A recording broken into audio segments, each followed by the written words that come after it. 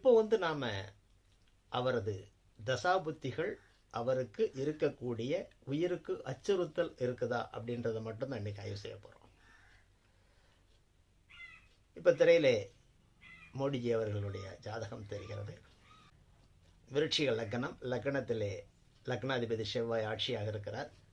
கூட சந்திரன் இருக்கிறார். ராசியும் விருட்சிகமாகவே இருக்கிறது. அப்போ லக்னம் ராசி ரெண்டுமே ஒன்று தான். இப்போ லக்னாதிபதி ஆட்சி பெற்ற ஒரு ஜாதகம், ராசி அதிபதி ஆட்சி பெற்ற ஒரு ஜாதகம் அப்படின்னாலே இப்போ அது ஒரு சிறப்பான ஜாதகம்.